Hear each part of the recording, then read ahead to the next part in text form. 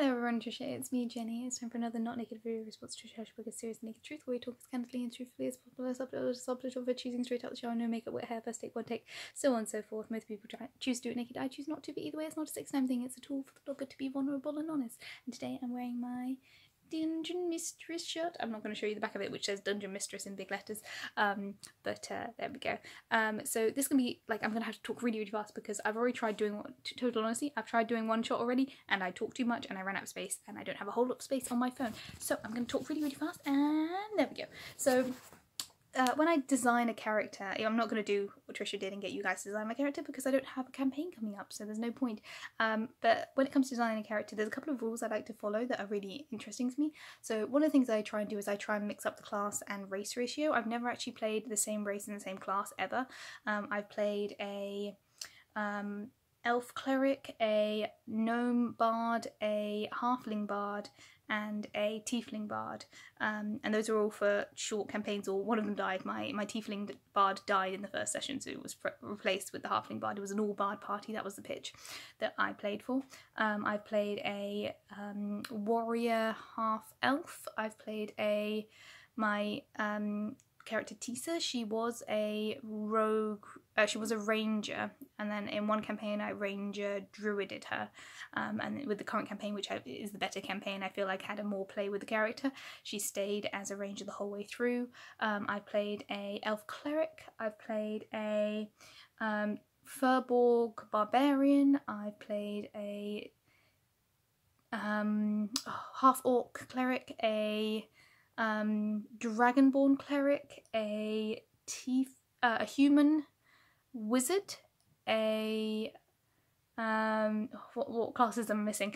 So pretty much I've tried to mix it up every single time, which is really fun and challenging. I think the only class I haven't done is monk in some variation, or sorcerer. Monk, sorcerer I haven't done. I can't remember. I think I might have done a one-shot warlock, but I haven't played those three in long-running campaigns. The rest I've all played at least in some capacity.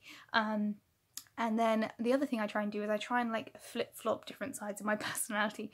So I usually tend to do one very extrovert and confident, or if not extroverted, kind of self-assured character, and then one very broken, very tragic and very angsty character. So it's kind of interesting that like my big three, the three that I have minis for and who are my big OGs, are Nyla, who is broken, angsty, and I've never played her in a campaign that has actually worked through her issues, and she's my first ever character, and I poured a lot of my soul into her and never actually got to play her arc through, so I feel like she's incomplete. And when I think about Nyla, I get that kind of emotional impact of having this character that I built with a lot of my soul in it that I never got to kind of complete. And her whole story is, she's very tragic and she's had a really horrible background, and I want to repair her in playing her, while I've got Tisa, who is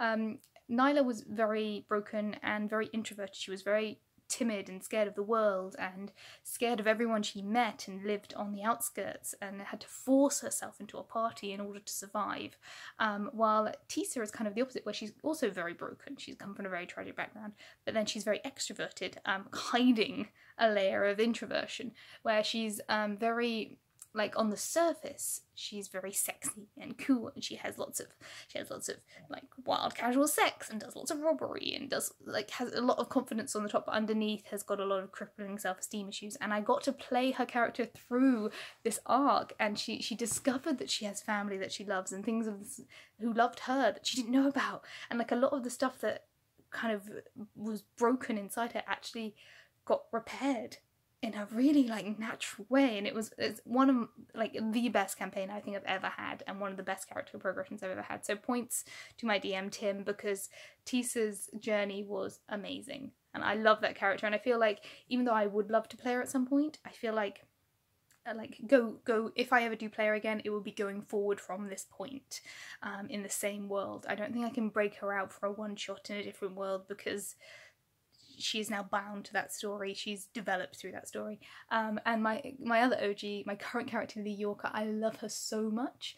And she is kind of the other side of the spectrum to the other two, where she is completely confident.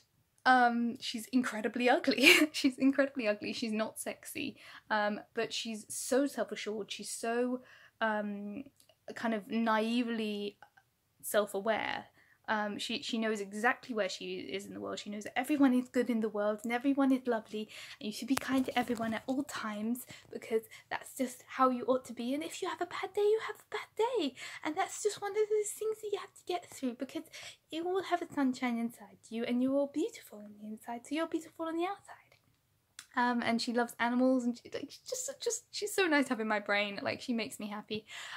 So yeah, like, 3 different kind of combos of that sort of attitude to life, where, you know, Yi is not sexy, she's not confident, but she knows exactly who she is in the world. She knows exactly what she is. Well, Tisa her whole thing was identity crisis. Like, she didn't know she was different people with each stage of her life. And then Nyla is kind of this, like, she's so undefined, because she's just a hot mess. She's really pretty, but like completely, utterly traumatized by existence. And then a lot of my other characters have different varying issues on that. Like, oh god, I've only got like a minute left before my phone runs out of battery. Basically, I start from what the character makes me feel. Like, Rin was when I was really angry at work, but I couldn't talk about it, like, because I'm a professional and I'm a manager. Like, I can't get angry at my colleagues, and so coming up with a character who is really full of wrath but polite. And then Callista, who is evil and a noble, and having, like, what would happen if you were so entitled you were just bored. And those characters, I love having that sort of emotional thing first, and then I go into why do they get each of their equipment. So I go through the baselines. How did they get their skills? How did they get their equipment? How did they learn their languages? How did they, what did they wear? Why did they wear it? A significant item from someone, and go from there. And I'm going to run out of phone space, but I love D&D. I can talk about it for hours and hours and hours. It's been a really kind of difficult thing, kind of cramming all my ideas into one video. But yeah, there we go. By the way, I'm thinking of setting up my own Discord. If I have done it, it'll be linked in the description. So yeah, that's a thing that I was asked for twitching. But yeah, thank you for watching. Feel free to comment. And woo, naked truth. Yes, D&D. Bye.